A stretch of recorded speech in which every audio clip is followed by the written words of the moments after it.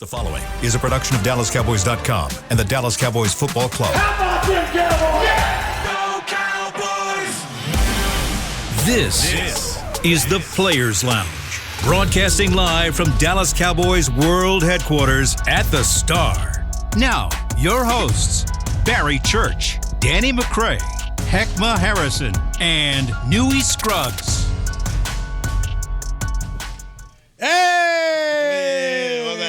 Players Lounge. We are here. The preseason is over. Players Lounge brought to you by Tostitos. Barry Church is in the house and in the building. Surprised I didn't see you today at the Ryder Cup captain's picks. I should have been there. I'm on the way, though. I'm on the way. I'm telling you, I'm leaping out there right now. No brothers on the team. Heckma Harrison is here. What's up? Ain't no brothers for real? All right. They ain't pick no. Man, that's crazy. Got Colin Maricor, so we have a minority. Just Tony Finau ain't get. No. Dang. No. That's out of pocket. That's out of pocket. Not one of the six captains picks. No. Danny McCray. Hello, sir. How you doing, man? All right, all good. Newey Scruggs, that is me. He am I and I am him. So we might as well just jump. No, we ain't. We're going to jump into congratulations, Newey. Oh, yeah. On bringing home two Emmys. What's that, 20? Night. What's that, 20 now? 12. 12? Okay, I mean, 12. Just mirror. 12. Mirror. Okay, you got to bring them all in one time. Yeah. No. You should take a picture. on a cart. You know how Mike did that with all the all those trophies in the back. You need to put that in front. And you got the J's too. You got your collection where you got Man, congratulations though, Newey. That's big time, sure. man. Man, I appreciate it. I got to bring my daughter with me. That's dope. And teared up talking about it because she's born on the 25th of July. And I remember when she was born, 2006, 6 days later, I ended up going to training camp because Terrell Owens was on the team that year. My boss was from Philadelphia, and so she knew all that T.O. did for their TV experience. So she's like, want him there. So ended up 6 days later going out there. So left the wife and my mom with two small girls, and they handled it. So a lot of times I missed her birthday. This year, I'm like, nah, I'm not going to miss it. You're on your senior year. And so I wanted her to be there and experience it. And I thanked her for always, and God, you all three of you understand, you have made sacrifices in your life where you feel at times like, you weren't there for your family, but you're also doing what you need to do for them so you can provide the lifestyle. So that was cool. Hugged Haley Sutton as she got off the stage after she that's won. Big time. That's big Of DallasCowboys.com. And we got emotional because I was like, you should do it. And then when she got nominated, like, go to the show because you can win. And then Kyle Yeoman, same thing. I talked to Kyle and his wife when we were eating a seafood restaurant out in Oxnard, and I said, you have a 50% chance of winning because the Emmy nominations came out. I was like, you should wear a tux. He wore the tux. And he won. He won. That was cool. And then, of course, Isaiah stand back, watching him win, gave him a big hug when he got to stay. He almost didn't walk over and get his Emmy trophy. Too excited? Right. Go back. That way, and then, of course, Mr. Ferguson here at DallasCowboys.com. I think he won. I mean, he was like LeBron out there. Not one, not two, not three. He probably won, but went 4 or 5 of them. Great job by the DallasCowboys.com team. I mean, it was huge. No one. I don't think anyone won more Emmys than Dallas Cowboys. Media. It was a heck of a night. So to be a part of it, but just really, man, and watch other people who you haven't seen win those first ones. That was magical, man. It was really cool. And that's huge. Yeah, that was cool. So I got to be a part of a good night with a whole lot of people. So appreciate it, fellas. No doubt. It's an honor to do that. Congrats. So now talk about what people care about. Trey Lance. Ooh, Trey Lance. Oh, Trey. Cowboys gave up next year's 4th round pick to get the 2021 number 3 overall quarterback that the San Francisco 49ers gave up 3 number 1 picks for. I'm going to start with you, Positive Heck. Let's go. Does Let's Positive go. Heck I have wanna a hear spin on this? This is what I want to hear. He just hit us with the Kawhi Leonard. He did. He just hit us with He did. Yes. I'm a funny guy. That's wild. Hey, that's wild. Hey. Now, what you know that does slide? Put it on and put the light on. Make it hot. Make it hot. What about Trey Lance? What do you want me to say What's about your thoughts on that, big dog?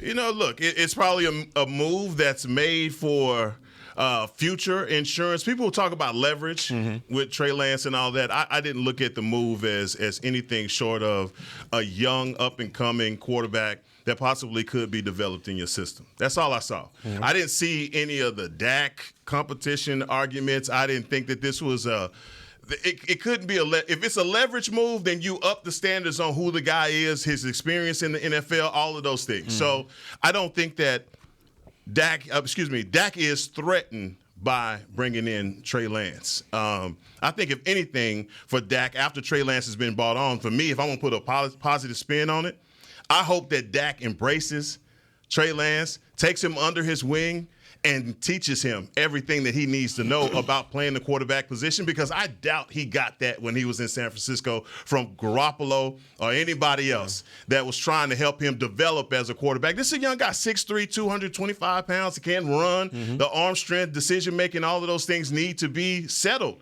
I mean, he's very inexperienced, won the job last year, but then lost it due to injury. Mm-hmm. And we know Mr. Irrelevant, Josh. Wally pipped him. He ran off with the bag. So Sam Darnold get him too? Yes. Sam McCann got it too. We seen Sam. He got. And so, but look, man, no one's welcomed this brother to Dallas. So welcome to Cowboy Nation, my man, Trey Lance. And look, like I said, if you guys are going to try and stir the pot and say that this in some way is Dak needing to be on his best behavior because Trey Lance is standing behind him, I'm going to be really intrigued by that. Okay. All right. Oh, you want me to go? Go ahead, D-Mac. Yeah, listen. I think the most confusing part is what everybody else is talking about of like, we're not going to tell nobody that we're going to get the guy. And not telling people, which you got the right not to do that. But then now it's a big thing, right? Because now everybody knows. And then, like you said, you get to see Dak out there. He didn't look happy with having to answer the question, or his response. It didn't look happy. He didn't look happy doing that either. I do think it's a little strange. For whatever we want to say. All right, yeah, it's not this, it's not that. The timing of it. You know, with contract coming up, Dak has been injured for the last couple of years where he had to miss time.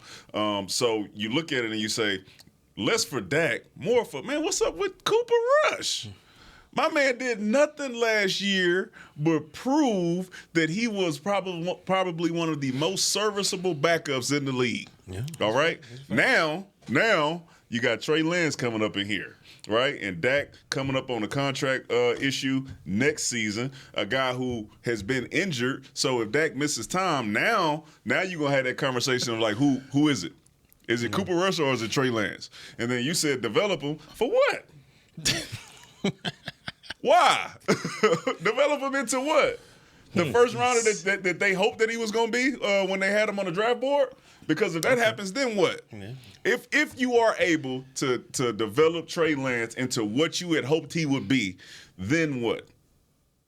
And then you already hope that Dak is what you've paid him to be. Yeah. $80 million to be a championship caliber quarterback. Two things, this is my new saying, two things can be true at the same time. Right? Two things can be true. Dak is still Dak. He can't be threatened by a guy. Oh, I'm not saying Dak should be threatened. Okay, I'm talking about the decision to do it. You pick him up, like you said probably to develop him into being what everybody had hoped he would be when San Francisco gave up all those picks. And you say number 3 pick in the draft, he has the potential to be his potential is sky high, right? Okay, change of scenery here, coming over to Dallas. Now we're going to get him, and we're going to hopefully develop him into what we had thought he was going to be. Once you reach that point, right, if you are able to develop him into the number 3 pick, the guy with all the potential, then what? Then you hope another team wants him, and you can potentially use that as a bargaining chip for a higher trade. That's what I believe. Because if you're paying $80 million to a quarterback, Dak is about to be extended. How many more years does that give him on his contract? Are we talking about another 3-4 years with Dak on contract here at the Dallas Cowboys? And I think within 3 to 4 years, that development that we're talking about with Trey Lance will have happened, and that bargaining chip could be parlayed into higher picks. They extended Dak already? You just said that's what's on the horizon for Dak. So no, I didn't say that. Okay, I didn't say nothing about no extension. So you don't feel as though this team is going to extend that. I said there's a contract issue coming up next year where you are going to decide. Okay, you have to decide. But I'm saying in the meantime, you got a number 3 pick that's behind Cooper Rush, where people are going to say, all right, well, why is he here? Why? Yeah, I mean, I understand it a little bit, I guess. Overall, I just think it was a strange move when I think about it. Because, look, when we're talking about a guy in Trey Lance, yes, he was a third overall pick. But, I mean, look, the guy's inexperienced. He played, 17 games in college total? Maybe if that, came here, couldn't really beat out the guys that he needed to beat out to become that guy. So I don't think Dak's threatened at all, by a trade. To me, I think it was a strange move because you can use that fourth to address some other issues on the squad. I think there's more priorities on the squad than getting a guy that maybe can contend for a backup and maybe he has a high ceiling, can be this guy. But to me, you were set. You had Cooper Rush at the backup quarterback. You could have developed Will Grier. Nobody's asking Will Grier to come out here and be, something special, but he could have got developed in there. There's other needs on this team, talking about the offensive line, that I think we could have spent a fourth rounder on to bring someone in. I mean, you talk about guys that we have here now. Well, let's go. He was basically redshirted. Shoulder injury again. I mean, they say nothing's really wrong with him, but can he withstand 17 games? We know what 77 can happen on that side. So I just feel like there was we could have took that fourth rounder and could have addressed other needs on the team besides a backup quarterback. I understand he could be super athletic and the ceiling is high, but when you're already set at that position, I mean, I just don't see why. That's my. Did we address a backup quarterback need? And that's another. Cooper Rush is there. He's there. So, he's proven. So that's what makes it more confusing. Like, why? So then what next? He's just gonna be a backup here with Cooper Rush there, or we think we're gonna lose Cooper Rush? Like, what? It's not my. Cooper Rush was a free agent at the end of this season, and no one picked him up, and he ended up re-signing with us. So why is it okay to develop Will Grier but not develop Trey Lance, a talent that that the ceiling is a lot higher than Will Grier? I mean, moves are made all the time, and that's just one that was made. Nobody's crying about the fourth-round draft pick that was given up because you can always pick up another one during the season. So, I mean... listen, I like Dak. I can tell you like him a lot. Oh, of course I do. Of course I do. But even with that sarcasm, me and you both know that Dak's back is against the wall, and he has to perform this year, even for that contract that you're talking about, right? I know, but that's what we're saying, though. We're saying the timing based off the fact that we do know that Dak needs to perform this year, and the timing of picking up that draft pick is what makes it like, now you have to really think about why it happened versus if this was Dak just signing his contract a couple years ago, then you wouldn't have that same thought. Then it would be more of like, they just developing him, and then hopefully they can use him as a trade piece. The timing of people have been talking about extending Dak, and then all of a sudden you go trade a fourth to get a guy to come in here is what makes it questionable. Even if it's not, it's just the timing you have to start asking those questions just because of the timing of the situation. So Dallas looked at a quarterback this year in the draft, and Jerry Jones openly talked a lot about Max Duggan of TCU, a player they didn't take, but they spoke about, we were looking at a quarterback. I remember a couple of years ago, tell me if I'm correct here, I should go pull up my book here, but what was it, maybe 3-4 years ago, they used a 5th-round pick on Mike White? So we're talking about a day 3 pick, which is basically when Jerry drafts guys. Stephen McGee was a day 3 pick, it was a 4th rounder as well. So you gave up a day 3 pick for a position that you could have potentially taken this year, but you didn't because you didn't have the guy you wanted, and you could have taken next year, looking at that. So I don't understand the issue of people like, oh my gosh, 4th round pick or 3rd day pick. That's when they were going to do. They were never using the 1st or 2nd round or 3rd round pick on a quarterback. That's just not Jerry's MO. Secondly, many times on this DallasCowboys.com, these podcasts, people have openly said, you should do what Ron Wolf used to do. Draft a quarterback each year. Always be developing a guy. Mike McCarthy's spoken about developing guys. When Bill Parcells was here, he used to say, I want to churn the bottom of the roster. He said the bottom of the roster is constantly going to be changing around. I'm looking for people to take your job. Will Grier, as you spoke about, okay, nice player, but is he put your chips down on Will Grier or 23-year-old Trey Lance? I would put my chips down on 23-year-old Trey Lance. If he develops into something, fine. It's a lottery ticket. If he doesn't, you move him out the door. And people talk about, oh, my gosh, he's going to make $5 million because he makes $924 million a year. What are we trying to save Jerry Jones money for? It's Jerry money. He's going to figure it out. I'm not as offended as Cowboy fans are. Trey Lance is a dude who started 4 games in this league. He doesn't know this offense. Will Grier, and I spoke to Will when he first came here after that first year. He said, man, I had to spend the whole year playing catch-up because you guys already know, haven't played it. Install's already over. You trying to run up in here now and learn it, it's Good luck. Yeah, like calculus book. You're behind. So Trey Lance this year, for him to do something, that means people got to get hurt. Okay, folks got to get hurt in order for him to get on the football field. This is about Trey Lance learning the offense. Then we go into camp next year. Let's see what he can do. But this thing is not like the folks at the debate shows wanting to make you think that this dude right behind him, like Michael Vick, was going up here to play Philadelphia, and you had Donovan. This ain't it. This ain't that. But I'll end this thing here. Bill Walsh went around the room in San Francisco and asked all his assistants, which included guys like Mike Holmgren, we got an opportunity to trade for Steve Young. Everybody raise your hand and want Steve Young. Nobody raised their hand. Bill Walsh went out the door and he already made the trade. He thought there was something in Steve Young that he wanted to have. Keep in mind, at this point in time, Joe won Super Bowls. Joe's been the guy that coaches, assistant coaches. I mean, that's our guy. They didn't want any competition. I think Bill Walsh was proven correct. Bill Walsh asked the question after he'd already done it. Yeah, I asked for permission. What you think about it? When you head coach and GM, you can do that. I'm gonna give you all the opportunity to jump on this train. No, and nobody fools. All of you fools. I love it. Bill Belichick drafts Jimmy Garoppolo. Well, he's got Tom Brady. Did he ask Tom? Ain't asked Tom. It's what it was. I mean, this if Stephen Jones is going to be true to what he says, we're in the talent acquisition business and it's 365. Okay, then it's 365. If Dak Prescott goes out and does his job, guess what? It's nothing. It's nothing. He controls so much of this conversation. Absolutely. He controls it. So that's my piece. That's why I think the issue comes in at. To where, okay, if he doesn't, he controls it, right? Let's say he has an off season, and that's when it becomes an issue. We're not. This isn't an issue. Like I said, if he goes out and he's the Dak Prescott that doesn't lead the league, it's not an issue. Then it's an issue if it doesn't work out that way. As the Cowboys turn. Isn't it a beautiful thing? It is cut down day. It is cut down day, and the official roster of who's going to be released is still a couple hours away from here. But let's just give our own thoughts. As we talked before. Keep it 3 tight ends. Keep 3. What do we do here? What do you want to see? Especially now that Trey Lance has taken away a spot from somebody. He's going to be on his 53. He's going to be on the 53. There's another one. Hey, it is what it is. This team gives us so much to talk about. That's why you tune in to the Players Lounge.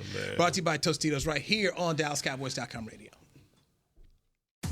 I'm Dak Prescott, quarterback of the Dallas Cowboys. And they snap it to Prescott, who looks right. It's not there. He escapes left. He'll run for a first down. Just like football, when it comes to crypto, it's important to have a team you can trust. With blockchain.com, I know I'm in good hands. Since 2011, they've been trusted by millions around the world to buy, sell, and trade cryptocurrency. Prescott's going to run this himself. Run it up the middle, and he scores. Whether you're new to crypto or an active trader, they've got you covered. What are you waiting for? Get started at blockchain.com. Hi, I'm Danny McCray, Dallas Cowboys alumni player here with Smoothie King. And Smoothie King wants to ask you, what's that sound? That's the sound of you and everyone else absolutely loving new smoothie bowls from Smoothie King. And woo, me too. These smoothie bowls start with acai and pitaya and are handcrafted with fresh toppings like sliced bananas, sweet berries, crunchy Purely Elizabeth granola, and a savory peanut butter drizzle. New smoothie bowls, only at Smoothie King, the official smoothie of the Dallas Cowboys. To kick off the 2023 NFL season, Hugo Boss teamed up with the NFL and Micah Parsons to launch an iconic apparel collection featuring hoodies, crews, t-shirts, polos, joggers, and more. The bold, unique apparel of the Boss NFL collection unites football and fashion while reflecting what it truly means to be a boss. Get yours today at nflshop.com/HugoBoss, at HugoBoss.com, and at Boss retail stores. #Be your own boss. We got big personalities. We got big hair, big belt buckles. We got fans all across this big state and enemies in every other one. We even got a big star on the 50-yard line. Smirnoff knows football is a we thing, an experience that is best enjoyed together. With good drinks and good folks home or away, we rally together. We cry together, and we always rally cry together because, most of all, we got big love for them boys. Smirnoff, we do game days. Please drink responsibly. Back to the Players Lounge. The Emmy Award-winning docuseries Deep Blue, presented by Pepsi, is back. Check out this season's fourth episode on Cowboys Now, YouTube, Twitter, and Facebook, or visit DallasCowboys.com/deepblue. All right, Heckman Harrison, appreciate you very much. This is Got his shield up. Preseason is Here we go. dropping rock bottoms on you. Not the people's elbow, Yes, man. yes. This is Players Lounge, brought to you by Tostitos. That is Heckman Harrison, Barry Church, former Cowboy safety. He is Danny McCray, former Cowboy safety. I'm Newey Scruggs. Okay. I feel like we left that last segment that there was still people still had thoughts and feelings. About Trey Lance and Dak Prescott. No. Listen, it's not. I don't think that Trey Lance is here to take Dak Prescott's spot. I think, like I said, the reason why it's such a big deal is the people are. If you say, all right, Trey Lance is here. We already trying to see what Dak Prescott is going to do coming off 2 back-to-back losses for San Francisco 49ers where he did not show up like we expect him to show up, right? And then he led the league in interceptions last season. So people are saying if that continues, if that's the thing that's going to happen this year, that's when this could possibly blow up into something big. I don't believe that Trey Lance is out here to take Dak Prescott's spot. But I believe you then open it up to the conversation to where if the season starts off and it's rough, there will be a conversation because contract talks are going to come into that. And then also, we picked up Trey Lance. Do I think he's better than Dak? No, I don't. But that's going to be the conversation. It's a natural conversation to have. So you think it's just like it'll be unnecessary drama if we end up starting rough early? Listen, if you get bounced out the first round of playoffs and have a bad game again, is it unnecessary? I don't know. No, I'm talking about early in the season. Like, you say early in the season? No. That's what I'm thinking. I'm just saying. Yeah, but okay, you go back to early in the season. You got to know the offense. Will Greer just spoke a couple days ago about feeling comfortable knowing the checks and everything else. I ain't talking about the coaches that I'm sure they were like, man, there's no. I'm talking about the outside noise. Yeah, the outside noise is yes. And people say all the time, "Hey, I'm not hearing that. I don't talk about." They hearing it. Listen. That's exactly. What we were specifically talking about was Dak in the preseason interview, where it seemed like he was bothered by the questions that he was getting about the acquisition of Trey Lance and the way that he answered. And to me, I noticed like Dak seemed a little bit more edgy. If you know Dak, the way he answers questions, he seems very scripted. He's always on code with everything that he has to say. For the first time I saw him, eyebrows all the way up to his cap. He was a little hot. He was a little hot and intense about the situation, and I felt that it was more or less. And when I saw that, I was like, man, Dak reading his news. He's seeing what these people are saying about him. And as much as you want to say that he's oblivious to it, he's got to be hearing the whispers about interceptions in training camp and, if Dak does this and what the expectations is. There's a lot of pressure on him. Yes, Newey. I think Was there anybody who had more folks talking about their job and had the replacement lined up and in the building and out of the building? Then Mike? Absolutely not. Nobody. Mike McCarthy. And I remember talking to Tony Dungy and Jason Garrett. We had interviews with NBC, and I asked them both about the pressure and what's going on. And he said, Mike's not going to worry about it. He's going to go out and coach his team. He's going to control the building. That's what he can do. And he did it. And if Dak has any issues or questions, then someone should tell him the same thing. Go do this. Or Tom Brady was here. Hey, Tom, how'd you handle when Jimmy Garoppolo came around? Win the Super Bowl. Your uncle played with Terry Bradshaw, who they took number 1 in the draft. And for a while, Terry was not good. They had Joe Gilliam, started for the Seals on that Super Bowl team. So this comes with the meal. We've seen great players who have to go through this. John Elway watched Tommy Maddox, LD Bell, get drafted in the first round. John kept on playing. So most recently, Green Bay just did the same thing. Thank you. But that doesn't take away from him not being able to feel played about the situation. Like that's just a natural thing. But he said, "Hey man, listen, being around this organization, I'm come to expect stuff like this to happen, which means he's feeling slighted, not just about this situation. I mean, this is something that's consistent with him that probably behind the scenes that we don't know about, where he's like, here we go again with the same old stuff. With the same old stuff. He's like, so I don't even think it's the noise. I think it's something internal where they, hey man, listen, you told me you was gonna tell me, bro. And then here we go again. I'm gonna you gonna ask questions later. Like I think that's what the face looked like to me. Wow. When specifically when he said, I just come to expect this type of stuff from around here in this organization. I was disappointed by that too, man. Reading between the lines on that one. Why are you disappointed? I was disappointed because he's made over $80 million since he's been here. And right now he's in a position that they put a team around him, a defense around him. They brought in Brandon Cooks. He has everything right now to be positive about this team going out on the field next year. Still got feelings. I understand that. I understand that. They made him wait, didn't they? They made him wait to get that 80, didn't they? Yeah. They made him wait. I mean, listen, we talked about this for a whole year on the show. We was sitting there talking. We even went to the conversation. We're not even sure if they believe it or not. So in the year that he was, we're talking about the year that he was did the franchise tag. Well, how much he make under the franchise tag? Yeah, but was it $35 million? Yeah. And then he came right back and got a $66 million signing bonus. Yeah, that's about right. facts. Yeah, I'm just saying, when the money, if somebody's paying you $40 million to do a job and you've only won 2 playoff games since the time that you've been here, and you have a team in front of you that you can see that we can get there with this group of guys. I'm not worried about Trey Lance. They didn't bring. It's not like they brought in Aaron Rodgers. Now, if they brought in Aaron Rodgers or they drafted a guy in the first round, then I'd be like, hey, man, look, now, wait a minute now. What's going on? Wait a minute now. That's my money right there. Am I being clear here? I don't think that Dak is worried about Trey Lance taking his spot. I understand that. I got that. I want to make sure. And then again, franchise tag. Most players get upset besides Tony Pollard when they get franchise tag. What did Tony Pollard? Tony Pollard didn't even let that ink dry. What that? Carl Lewis, he was Carl Lewis in the office. He was like, he got the franchise tag, got paid $30. All quarterbacks that got franchise tag was upset. Yeah, except for Kirk Cousins. Except for Kirk Cousins. He was upset. He just, he knew who he was at that point.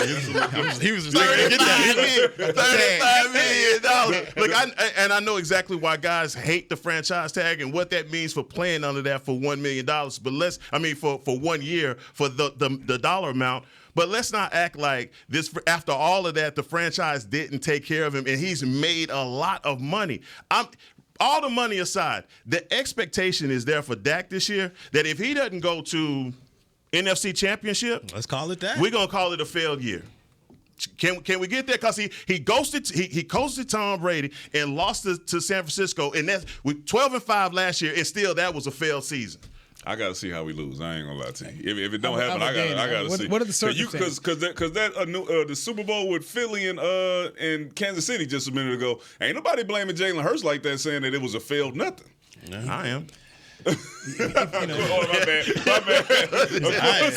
Of course you are. Y'all know who they blame. Y'all know who they blame, though. I couldn't. Y'all know who they blame. Y'all know who they blame. I'm just saying, man. Know exactly who they blame with the number one offense. Hey, listen, Dak gonna be all right, man. Big Mike gonna take care of him. I don't doubt it. You might see Trey Lance on a quarterback sweep. Yeah, that's about it. So Chris Beam during the broadcast. So last 20 years, this is what the Cowboys have done in terms of drafting quarterbacks the last 20 years. 2009, Stephen McGee, 4th rounder. Then they drafted Dak in 2016, 4th round pick. Drafted Mike White, 5th round pick, and then Ben DiNucci took him in the 7th round. Did any of those work? One? No. Dak. Oh, Dak. But now let's talk about I'm talking about outside of that. No, outside of that, bro. You gotta watch him, bro. Mike gotta watch him, bro. Dak is on the team working. I'm talking about those, bro. Mike White won a game. Mike White won 1 or 2 games in New York, and people. So did any of jumped those to the jet. outside of Dak? Did any of those work? Nah, I would have to say no. We talking about 01, Quincy Carter. Quincy. I ain't gonna say Quincy got done. He said, "Hey, any of them work?" Newell, you need help, man. So, what's the matter with you? Using a 4th rounder is something that the Cowboys would have done on a quarterback. Right. We've got the proof right here. Mm-hmm. So a 4th rounder on Trey Lance, I just don't think it's that big a deal on a 23-year-old quarterback who you had a 2nd round grade on, and you say, hey, we're going to bring him in here. We see what we have. We got a guy right here. Somebody else won't want in the bullpen. We'll see what we can do. He's got to learn the offense, though. Trey Lance was a guy who was getting drilled, okay, on social media. Can't play. He doesn't see the field. I mean, Trey Lance, it's amazing. Before he got traded to the Cowboys, this dude was deaf, blind, and just bad. Thank you. Okay? Thank you. He was a running offense. I mean, he couldn't beat out Sam. I mean, he lived up to every negative stereotype you say about a black quarterback. Not him. Move him out. I mean, one thing that he said that he needed to go be a wide receiver. That was the next thing. A tight end. All we knew was Bill Polian to come in here. No, Bill Polian. He's Lamar Jackson. But so now he gets traded out. He breathing down your neck. I mean, this is, this. It's amazing. At any point, how does that change? At any point, can you see this coaching staff putting a package or something for this man to get in? No. At any point. I'm just all right. Make sure we're on the same page. He can run, can't he? Like a Taysom Hill type deal. You think No, he's not gonna throw the ball, bro. I don't know. If you want to throw him the in Tim Tebow package. Yeah, I'm telling you, quarterback sweep. You watching them shows, aren't you? I just asked a question. You watching them shows? If you don't want Dak to get hit, right? Dak ain't been running like he usually run all that stuff because he has injury problems over the last couple of years. When I throw Trey Lance into a little running, they ain't got to be Wildcat. I'm gonna fool him. 4th and 1. We don't have no goal line back anyways. Yeah, we my quarterback. They love that controversy coming, boy. Y'all know that controversy gonna come as soon as he run into the end zone.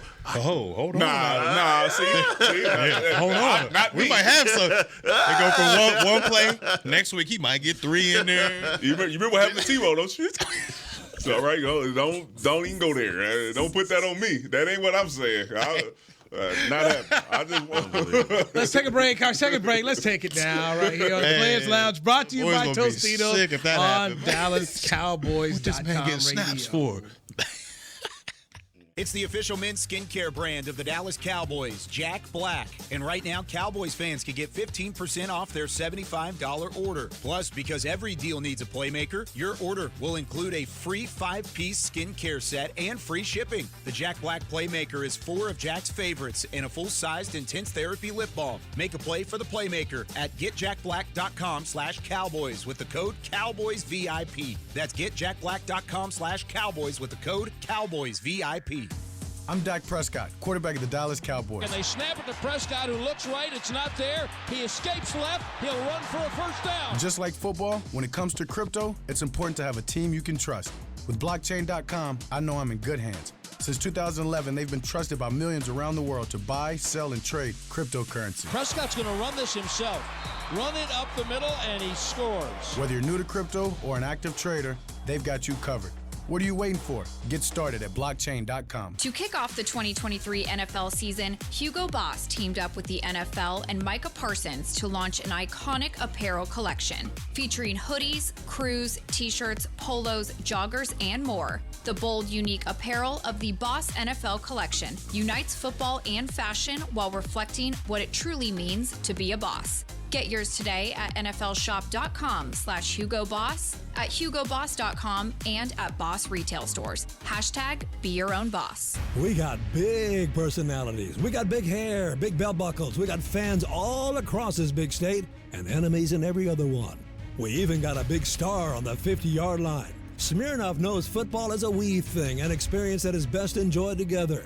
With good drinks and good folks home or away, we rally together. We cry together, and we always rally cry together because, most of all, we got big love for them boys. Smirnoff, we do game days. Please drink responsibly. Back to the Players Lounge. Experience the feeling of game day every day at Miller Lighthouse at the Star. Now open just steps away from Tostitos Championship Plaza. Miller Lighthouse featuring a cooler full of grab-and-go beverages and snacks. Tailgate games, a rechargeable lounge, Dallas Cowboys photo ops, and complimentary concierge services. For more information, visit thestarinfrisco.com/Miller Lighthouse. All right. Thank you, Heckma Harrison. Okay. Speaking of slash, no, I'm kidding. Go ahead. You date yourself. The kids don't know that. The kids don't know that today. You are dating yourself, sir. Hey, that's how I started with Cornell. Old school. He was in there with O'Donnell. Let's give him another package. Negativity from Danny McCray. Cordell Stewart. Next thing you know, the jerseys was Barry in the Church. shop. Hey, what talking about? Was that Neil O'Donnell was the quarterback? It was Neil It was O'Donnell. over for Yeah. Neil after that. I remember the Pittsburgh Number teams, 10 is taken here. Thank you. Number 10 is taken here. He's with the electric. Dallas Cowboys. Heckman Harrison, reel him in. I'm Dewey Scruggs. I can't reel him in, man. I can't reel him All right, two okay, former all right. Cowboy All players right, yeah. in, So man. who gonna make the 53? Let's go. Before we get into the 53, Let's go. we saw an injury happen in the game to Josh Ball. Man, Who they had him at right tackle, and then somebody, the first round pick from the Raiders, ran through it, fell down. And Y'all got it. Coach McCarthy said it's a multiple week injury for old Josh Ball. Mentally? Nah, let me quit. I'm just playing. No, it was a rough rep. It was a rough rep, but That was kind of it. He ain't the only person that we didn't see get done like that. Like, people have bad reps. It's all right. Yeah. Well, he's going to be out multiple weeks. So the position, I think we all agree right now that has got us worried most the offensive line. Yeah. Definitely the offensive line. So Josh Ball was a guy that they put him out there at right tackle so he could get reps, and Josh was excited to go out there because that's where he came into the league as a tackle. So he's now hurt. How do you pronounce it? Odoga, he's been hurt here for the Cowboys. So I am worried about when they make these final cuts, how deep did they go on the offensive line? Should they try to take someone who they may cut, get on the phone, and call somebody and see if they can get some O-line depth here? I think it's concerning. I mean, it's definitely concerning because we know what we have on the offensive line. I mean, at one point, all these guys, the Tyron Smith, Zach Martin, they were all great, but they're getting up there in age. And as we've seen, the backups to, our swing, Walesko, he's dealing with injuries. Josh Ball, we just talked about. Who's going to be that swing guy? Because we all know, there's going to be a musical chairs situation going on here at some point this year. It's a long season, 17 games. What are we going to do with depth back there? Heck, you got any thoughts? I mean, it's just... The thing with Josh Ball is he got plenty of opportunity at guard when Zach Martin was out, right? So we gave him all that opportunity at guard. Then in the last preseason game, we move him back out to his natural position at right tackle. And then we see him get blessed. All right? So let's just call it what it is. At some point, and the thing that you guys know is that everybody is combing these rosters right now, looking for whatever, fool's gold. Let's see if we can turn him to a guy that can work in our system. And I'm positive that the Cowboys are doing the same thing. Like you said, you have to. I'm so glad we got Tyler Smith. I'll tell you that. Because his ability to play inside and outside, I think, is going to save us a lot of headache this season. Okay. Depending on, so you get to go decide like where you really need to get that position at. Should we go get us a guy who can play guard because we know that Tyler Smith can get bumped out if there's an issue? I think he gives you a lot of versatility. That is the positive. Zach Martin's back. Terrence Steele will be playing. Tyron Smith hopefully healthy this whole season, and we know if he's healthy, he's going to be a force to be reckoned with. That is the ideal world, but yes, we need some depth. I am worried about Biotish in the middle. That's my worry. And I think a lot of what we've seen with Dak in those years that he hadn't been successful has been the pressure that he's getting up the middle. When he came in the league, Dak was not getting touched. Y'all know that. Travis Frederick, that whole offensive line was fortified. Dog. He was that even though he wasn't throwing for a lot of yards, he had the running game and the offensive line to boot. Now over the years, he's starting to get touched a lot more. And I'm looking at Biotish. If that ankle injury isn't right, man, that's where we may be in trouble. Made the Pro Bowl last year, so we started to see him really start to maximize his talent. But if they stay healthy, you got Tyler Smith. And I talk about Tyron Smith. Tyron Smith stays. So you got Tyler Smith at left guard, Zach Martin at right guard. That's some help right there. Right. I'm talking about the injury to Biotish that he suffered in camp. We hadn't heard much about it, high ankle sprain or whatever it was that they said. So, I'm worried about that position specifically. Okay. And I think Matt Farniok will probably be the backup center right there. So, look, there's questions, and we'll see how they fill this thing together. But, oh, by the way, I must remind people, because we get in our Cowboy silo so much, a lot of teams across this league, they got issues. Philadelphia is one of the stronger units out there when it comes to the offensive line play, but there are a lot of teams out here that you're going to face that have got some issues here for the Cowboys. What's my man that went up there to Buffalo? Conor McGovern? Conor McGovern, yeah. he let us know why they got a new offensive line coach down here. Didn't he? He went over here and just told it on them. Yeah, man. I ain't never seen it. We did this one time when I was there. I learned so much more up here in Buffalo. Man, that was man. Some guys going to get up outta Buffalo here, have thoughts about ain't the first. That's how Conor McGovern get up to Buffalo and he got an idea. Come on, guys going up there. They start chirping. Yeah. He said he better. We sure gonna see. He better. We sure gonna see. So with Trey Lance going to be on the 53-man roster, Deuce Vaughn, Kevontae Turpin, we're going to put them on the 53-man roster. So that means you got to go low. So I'm thinking now you're probably going to have 3 running backs, and you probably have. Oh wow! Look at that. Rico didn't play, did he? Nah, he ain't playing. I mean, showed you when Rico didn't play. That was it. He's in there. Rico was in there. And then Lipke got it. Well, when we had the pass blocking like a bug. Everybody talking about Lipke after that. After we had the podcast, and I asked Mike about the pump block, and it was just was he worried, and he just said no. He had 3 of them before that were fine, and he had a mental lapse. He said I think he'd be fine. He just you can't let him inside. Then I thought okay, Rico's fine. So if you don't, Pollard, Rico, Deuce, those are your 3. Mm-hmm. Tight end, probably go with 3 there. So you got Ferguson, Hendershot, Shoemaker, and Schoonmaker, draft pick. Mm-hmm.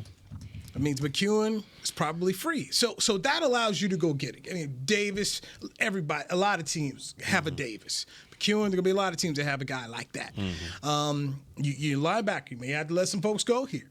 That's gonna be a tough. That's gonna be a tough group to cut down on. People recognize, especially with Fossil. Yeah, he's gonna be.